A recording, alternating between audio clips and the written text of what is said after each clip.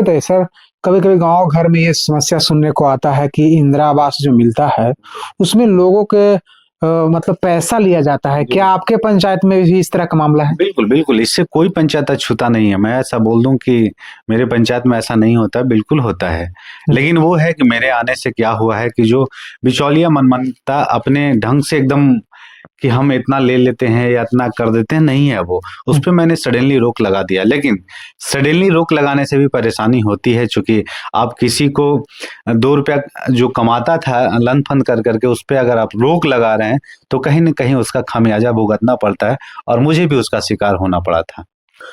नमस्कार दोस्तों, मैं सुजीत कुमार, आप देख रहे हैं आखिरी आवाज़। अभी हम मौजूद हैं मलाठी पंचायत के ये गंगा सागर गाँव है।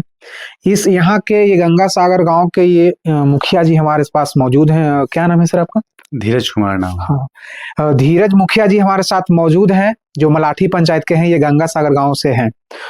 अभी हम हर पंचायत में मुखिया जी से मिलने का काम कर रहे हैं और मुखिया जी का कार्यकाल लगभग अब समापन की ओर है। अब लगभग 2026 में मुखिया जी का चुनाव भी होने वाला है। तो मुखिया जी का कार्यकाल कैसा रहा 5 साल में, इस पर बात करेंगे और क्या-क्या समस्याएँ हैं, उस पर हम तमाम मुद्दे पर बात करते हैं। पहले सर स्वागत है सर और हैप्पी न्यू ईयर आपको। बहुत-बहुत धन्यवाद आपका। आप यहाँ तक आए हैं हमारी पंचायत के विकास के बारे में जानने के लिए। क्या-क्या यहाँ कार्य हुआ है और क्या-क्या अभी पेंडिंग है, क्या-क्या समस्याएँ हुई हैं। तो सबसे पहले आपको बहुत-बहुत धन्यवाद। पहला सवाल है सर से कि सर क्या आप पहली बार ही मुखिया बने हैं? जी हाँ, मैं पहली बार मुखिया बना हूँ। इससे पहले मेरे ही गार्जियन मुखिया यहाँ के थे, पर उनका कोरोना काल में देहांत हो गया था। उसके बाद अच्छा, मैं विनिंग होकर आया था। आपका मतलब कौन? पिताजी ही थे पिताजी पहले। मुखिया जी थे पहले, जी, उसके बाद आप? जी। आपने जब मुखिया जी का बागडोर फिर से आप भी इस लाइन में आए, राजनीति के क्षेत्र में आए और क्या मकसद से आप मुखिया का चुनाव मतलब लड़े हैं और ये मकसद क्या था आपका शुरू? जी, बिल्कुल, मेरा मोटो हमेशा से विकास ही रहा है। हुँ, मैं चूँकि मैं बाहर में जॉब किया करता था हुँ, इंजीनियरिंग के बाद, जी, तो हमेशा से ये रहता था कि कभी न कभी ग्राम पंचायत या गाँव में जाकर कुछ ऐसा कार्य करना है ताकि जिससे लोगों को भला हो सके। तो जी, पिताजी मुखिया थे और कोरोना काल में उनका डेथ हो चुका था, तो मैं उस समय यहाँ घर पे ही था। हुँ, उसके बाद लोगों के सहयोग से और लोगों के फीडबैक के अनुसार मैं यहाँ चुनाव फाइट किया हुँ, और उसका विनिंग रिजल्ट भी पॉजिटिव रहा। हुँ, तो लोगों का विकास ही मेरा पहला मुद्दा रहा है हमेशा। लोगों के साथ मिलकर लोगों का कार्य को करना। चूँकि ग्राम पंचायत का विकास तभी पॉसिबल है जब आम पब्लिक का सहयोग आपके साथ है। जी, अदरवाइज़ विकास करना बहुत टफ है। अच्छा। दूसरा सवाल है सर कि आप जब जब से मुखिया जी बने हैं, आप जो कौन-कौन क्षेत्र में आप कितना कार्य करने में 5 साल में कितना कार्य करने में आप सफल रहे? सबसे ज़्यादा मैं काम किया हूँ जनहित के क्षेत्र में हुँ, और जैसे सरकार की जो भी स्कीम चलती है, हुँ, ग्रामीण स्तर पे हम ही लोग के सहयोग से हुँ, सुचारू रूप से चल पाता है वो। हुँ, अगर हर एक मुखिया जो कि ग्राम पंचायत में क कार्य करते हैं, हुँ, अगर इनका सहयोग ना रहा तो कोई भी योजना जैसे-तैसे चलता है। लेकिन जिस पंचायत का मुखिया एक्टिव हो, हुँ, वहाँ सरकार की कोई भी एक स्कीम बहुत ईज़िली, बहुत सरलतापूर्वक संचालन होती है। हुँ, मुझे लगता है कि मैंने पेंशन को लेकर के बड़ा एक्टिव होकर के काम किया है। हुँ, मेरे पंचायत में जितने भी बूढ़े-बुजुर्ग हैं या हुँ, विधवाएँ, माताएँ, बहनें हैं, हुँ, उन सबको मैंने बहुत सुगमता से उनको ये कार्य कर दिया है। हुँ, राशन कार्ड जो बीपीएल परिवार हैं या हुँ, जो अति रूप से कमज़ोर हैं मतलब आमदनी से कमज़ोर हैं, उनको भी मैंने राशन कार्ड का लाभ दिया है। हुँ, और आवास योजना जो प्रधानमंत्री आवास योजना है, हुँ, उसमें भी मैंने बहुत अच्छा से सर्वे करा कर के लोगों को सहयोग किया है ताकि उनका हुँ, आवास विहीन जो लोग रहते हैं, उनको आवास का लाभ मिल सके, उनको एक छत मिल सके। हुँ, और शिक्षा के क्षेत्र में भी मैं हमेशा जागरूक करता रहता हूँ गाँव, टोला, मोहल्ला में जा कर के हुँ, कि शिक्षा बहुत ज़रूरी है। हुँ, चूँकि आदमी जब तक शिक्षित नहीं होगा, हुँ, तब तक उस राज्य का विकास या उस पंचायत का विकास पॉसिबल नहीं है, आप जितना भी प्रयास करना हो कर लीजिए। हुँ, तो शिक्षा तो बहुत ज़्यादा आवश्यक है। हुँ। मुखिया आप चुनाव लड़े, जी। तो बहुत सारा कोई सुनते हैं कि 20 लाख खर्चा होता है, कोई 30 लाख खर्चा होता है, तो आपको इस सब मामलों में कैसा मतलब परेशानियों को झेलना पड़ा? जी हाँ, जब मैं चुनाव लड़ा था तो ऐसा नहीं है कि जिस तरह से हम लोग एफिडेविट जो देते हैं सरकार को, वो होता है। जी। अभी एक राजस्थान के विधायक जी हम्म, विधानसभा में शायद इस बात को हम्म, उठा रहे थे कि जितने भी विधायक हैं जो एफिडेविट देते हैं हम्म, कि मैं इतना पैसा खर्चा करता हूँ, ऐसा होता नहीं है हम्म, हकीकत में। और नाम लेके बोल रहे थे कि आपने जो एफिडेविट दिया वो गलत दिया है, या आप इसे बहुत ज्यादा पैसा खर्चा किए। यहाँ भी सेम है, वो सिर्फ दिखावा है। सरकार का वो जो रूल्स रेगुलेशन है वो सिर्फ दिखावा है। हमारे आपके बीच में सभी लोग जानते हैं कि धड़ल्ले से पैसा खर्चा होता है, और ये नहीं होना चाहिए। जब कोई प्रतिनिधि इस कदर से पैसा खर्चा कर कर जब वो जीतेगा तो उसका क्या होगा, उस पंचायत का क्या होगा विकास। वो तो सबसे पहले ये चाहेगा कि मेरा पैसा रिकवरी हो, जो मैंने खर्चा किया है, इन्वेस्ट किया है। तो ये बहुत ही दुर्भाग्यपूर्ण रहता है। और मैं आम पब्लिक से भी कहना चाहूंगा, बड़ा सजगता से वोट देने की आवश्यकता है। अगर कोई कैंडिडेट इतना ज्यादा पैसा खर्चा करके वो जीतना चाहता है तो सबसे पहले ये देखिए कि वो अपना रिकवरी लेगा, और आपका विकास तो बाद में सोचेगा वो। तो बिल्कुल सोच समझ के लोग वोट भी करें। सवाल यह है कि आप लोग का भी वेतन 5,000 है ना सर? जी बिल्कुल, 7,000 अभी हो गया है। 7,000 हो गया? हाँ जी। महीने महीने आ जाता है आप लोग का वेतन? हाँ, अब तो आता है करीब करीब, कभी कभी 2-2 महीना 3-3 महीना पे आता है। लेकिन मैं ऐसा मानता हूँ कि एक सेवा भावना के रूप में ये जो अमाउंट मिलता है वो बहुत कम है। इससे नहीं होगा। अगर किसी भी प्रतिनिधि को अब चाहते हैं कि सच में वो दिल से काम करे तो उसको वो सम्मानजनक सहयोग राशि मिलना चाहिए, जिससे कि उनका घर का कार्य हो सके। अगर मैं आज गलत करता हूं, अगर किसी कार्य में कोई पैसा लेता है तो कहीं ना कहीं वो अपने निजी यूज के लिए लेता है, और निजी यूज जब उसका सरकार वहन कर देगी। मैं नहीं चाहता कि मुझे सैलरी दीजिए, बच्चे हैं ना, उसका स्कूल में नामांकन करवा दीजिए, वो खर्च सरकार को देखना होगा, ठीक है। तब मेरी जरूरत नहीं पड़ती है। मेरा मोबाइल अलाउंस है वो मिलना चाहिए, ट्रैवलिंग अलाउंस है वो मिलना चाहिए, जिस तरह से विधायक को मिलता है। फिर मेरा क्या खर्चा? फिर मेरा कोई खर्चा नहीं है।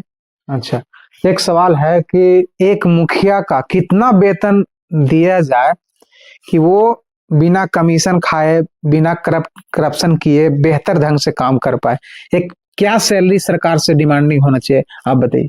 नहीं, उसे वेतन के रूप में नहीं देख सकते हैं वो, चूंकि हमारा कोई जॉब नहीं है सरकार के अंडर में। वो एक सहयोग राशि के तौर पे हो सकता है। कितना होना चाहिए? मिनिमम 25,000 मिनिमम एकदम कर सकता हूँ कि आज भी किसी ग्रामीण परिवेश में चलने के लिए मिनिमम 25,000 रहना चाहिए। क्योंकि बहुत सारे ऐसे कार्य होते हैं ग्रामीण क्षेत्र में कि जो प्रतिनिधि होता है उसका कहीं ना कहीं खर्चा होता है। अगर कोई सडनली मेरे पास आते ही है कि हमें कुछ सहयोग राशि चाहिए, एक काम करना है, वो बहुत ही गरीब परिवार का हो, आप किसी से कहने नहीं चाहिए कि उसको कितना मदद करना है, लेकिन उसको मदद करना पड़ता है। ऐसे सिचुएशन में अगर प्रतिनिधि के पास पैसा नहीं रहता है तो क्या करेगा वो? बहुत परेशानियों का सामना करना पड़ता है। और वो बोलता है कि मुखिया जी हेल्प नहीं किए। बिल्कुल। और वो इसी डिमांड से आता है कि मुखिया जी के पास पैसा होगा। तो मुखिया जी के पास पैसा कहाँ से आता है? एकदम खुलम खुला सबको जानता है। जैसे मान लीजिए अभी बोले थे कि मेरा जो राशि मिलता है 5 करोड़ रुपया, उसका 5% और 10% की बात कर रहे थे, आपने वीडियो में देखा होगा टेलीविजन के माध्यम से। तो सही वो बोल रहे थे कि इसी तरह से सभी लोग चलाते हैं यार। हम भी परेशान रहते हैं कि ऐसे कैसे हम लेते नहीं है, लेकिन अपने आप में घुटन होती है कि कैसे मैनेज होगा, ये सारी चीजों को कैसे करेंगे। जो व्यवस्था आप मेरे पास आकर देख रहे होंगे, शायद किसी मुखिया ने इस तरह का व्यवस्था करके रखा होगा जी। लैपटॉप, प्रिंटर, अब मशीन भी 1-2 और है मेरे पास, जिससे आम पब्लिक को हमेशा कार्य होती है, वो मैं सहयोग के रूप में कार्य करके देता हूँ उसको। अच्छा। तो ये सारी चीजों को करने में पैसे की जरूरत पड़ती है, और जो मेरे पास पैसा आता है वो बहुत कम है। मजबूरी है, मतलब गलत करने पर सरकार मजबूर कर दे रही है। हाँ बिल्कुल, जिस तरह से कहता है ना, सरकार का ये उद्देश्य है कि सैलरी कम देना, तो कहीं ना कहीं वो किसी और रूप में नेता लोग यूज करते हैं उसको। आप मुझे सैलरी नहीं देते हैं, मैं विकास का फंड चुरा लेता हूँ। आप मुझे सैलरी नहीं देते हैं, मैं पब्लिक का फंड चुरा लेता हूँ। वो फंड तो ले ही ले रहा है ना, ऐसा नहीं है कि नहीं ले रहा है, लेकिन किसी न किसी अलग रूप से ले रहा है। और दिक्कत क्या हो रही है? विकास आपका कमजोर हो जा रहा है। जहाँ कार्य अच्छा से होना चाहिए वो अच्छा से नहीं हो पाता, जो गुणवत्ता होना चाहिए कार्य में वो नहीं हो पाता है। तो रीजन यही है। टोटली। और इंदिरा आवास में सर आप ये कितना मतलब सर्वे आप कर लिए हैं कि कितना लोगों को जो जरूरी है घर देना वो मिलना चाहिए, कितना? देखिए, जो सरकार की गाइडलाइन है हम लोग को इंदिरा आवास देने के लिए, उसके अनुसार से कमोबेश 900 तक के हम लोग देने का इस बार प्रयास करेंगे।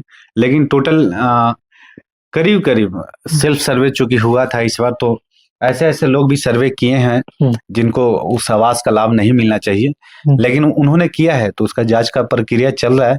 फिर भी हम लोग का टारगेट ये है कि पिछले बार हम लोग करीब करीब 500 या 550 के करीब में दिए थे इंदिरा आवास का लाभ, जिसमें मैक्सिमम एससी कम्युनिटी से आते हैं जो आवास विहीन रहते हैं। और भी कम्युनिटी में, जनरल कम्युनिटी में भी हैं, ईडब्ल्यूएस में भी हैं, या जो विकलांग लोग हैं, विधवा लोग हैं, उन लोग को भी हम लोगों ने सिलेक्शन किया है। तो इस बार कमोबेश नियर बाई 1000 के करीब में मिलेगा। कोई भी पंचायत में समस्या होता है या किसी को कोई सुलझाना है, लड़ाई झगड़ा हो, कोई गरीब का शोषण कर रहा हो, तो इस तरह के मामलों में आपका 5 साल में कैसा रहा? देखिए, उसके लिए हमारे यहाँ सरपंच जी हैं, आपका ग्राम कचहरी के माध्यम से उसका निपटारा होता है। चूंकि मेरा मुखिया जी का कार्य है विकास का कार्य देखना, लेकिन फिर भी ग्राम पंचायत में रहने के कारण हम लोग उसमें भी कमोबेश इन्वॉल्व हो ही जाते हैं। अच्छा। तो हाँ, सरपंच जी के सहयोग से कई ऐसे मामले होते हैं जहाँ हम लोग को जाना होता है, चाहे वो आपसी भाई का विवाद हो या किसी ग्राम पंचायत में अनेकों टाइप के विवाद होते हैं, उसमें जाकर के लोगों को सही सही बातों को रख करके जिनका गलती होता है हम लोग एक समझाने बुझाने का प्रयास करते हैं, ताकि मामला आगे ना बढ़े और उन लोगों को भी लॉसेज ना हो। आप अपने पंचायत के जनता को क्या बोलना चाहेंगे? मेरा हमेशा पूरा होने वाला मेरे पंचायत की जनता से रिक्वेस्ट रहेगा, चूंकि मेरा कार्यकाल इस बार लास्ट है, अब कमोबेश 7-8 महीना और है, चूंकि अक्टूबर नवंबर में अगेन चुनाव होना है। मैं चाहूंगा कि आप जिसे भी चुने, बिल्कुल इस बात को देख करके चुने कि मेरा जो प्रतिनिधि हो पंचायत का, जो कार्य जिन्हें सौंपने जा रहे हैं, बिल्कुल पढ़ा लिखा हो, साफ छवि का हो, बेदाग हो, ताकि आपका काम सुगमता से कर सके, आपको मान सम्मान दे। और मुझे चांस देने के लिए बहुत बहुत धन्यवाद, यही मैं चाहूंगा। सरकार से, मुखिया जी के तरफ से मांग क्या आप करते हैं कि इतना कम से कम सहयोग राशि मंथली कर दिया जाए? सरकार से रिक्वेस्ट आप भेजना चाहेंगे रिक्वेस्ट? हाँ बिल्कुल है, जो एक पंचायत प्रतिनिधि मैं हमेशा चाहता, मुझे हमेशा इसकी कमी महसूस होती है कि एक अच्छा खासा सहयोग राशि होना चाहिए पंचायत प्रतिनिधि लोग कम से कम नियर बाई 20, उससे कम में नहीं चलेगा। तो इस पोस्ट पे रहने के कारण या प्रतिनिधि बने रहने के कारण कोई साइड से बिजनेस नहीं हो पाता है। अच्छा। मैं चाहूं भी तो मैं कोई कार्य नहीं कर पाता हूं, क्योंकि 24/7 देना पड़ता है, तभी लगता है ऐसा कि ग्राम पंचायत का विकास हो पाएगा, अदरवाइज नहीं पॉसिबल है। पूरा समय लगता है जी बिल्कुल, और एक्स्ट्रा काम करने में नहीं बनता, कार्य ही नहीं हो पाता है। आप जाइएगा कहीं कार्य करने के लिए, आपको धनाधन फोन बजने लगेगा, आप डिस्टर्ब हो जाइएगा, उस काम में आपका मन ही नहीं लगेगा। 5 साल आप समर्पण होना पड़ता है। बिल्कुल बिल्कुल, 24/7 मैं कह तो रहा हूँ, 24/7 मेरा कॉल हमेशा ऑन रहता है। आप किसी को ये नहीं कर सकते कि रात में मोबाइल ऑफ करके सो रहे हैं, नहीं। चलिए सर, बात करने के लिए बहुत बहुत धन्यवाद। चलिए, आपका भी बहुत बहुत धन्यवाद, आप यहाँ तक आए हैं ग्राम पंचायत का फीडबैक लेने के लिए, बहुत बहुत धन्यवाद। तो आप अपना राय जरूर दीजिएगा, आप इस पंचायत से हैं, तो मुखिया जी का आपने बात सुना, कैसे कैसे कार्य किए, क्या समस्याएं आती है और क्या सरकार को एक्शन लेना चाहिए, तो आप भी अपना कमेंट में समस्या जरूर बताइएगा। बाकी हम गांव का भी सर्वे करेंगे, पंचायत का भी सर्वे करेंगे, कैसा रिजल्ट है, वो लोगों में क्या है बातचीत, उसका भी आपको दिखाएंगे। बाकी मिलते हैं नेक्स्ट वीडियो में। जय हिंद।